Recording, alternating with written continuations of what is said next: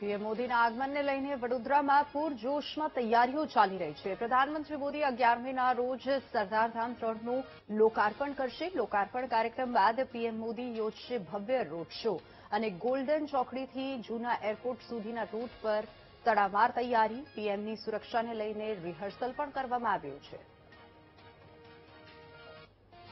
સરદારધામ 3નું લોકાર્પણ કરવા વડાપ્રધાન નરેન્દ્ર મોદી 11 તારીખે વડોદરા આવવાના છે।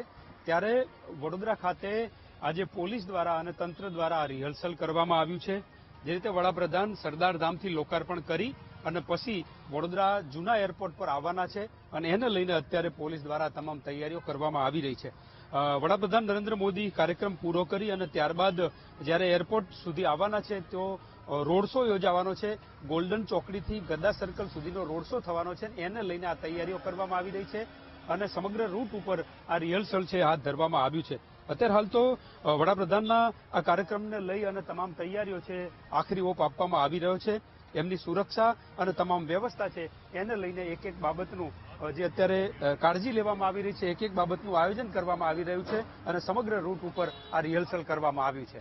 કેમેરામેન કિશોર ક્ષીરસાગર સાથે માનુ ચાવડા, વીટીવી ન્યૂઝ।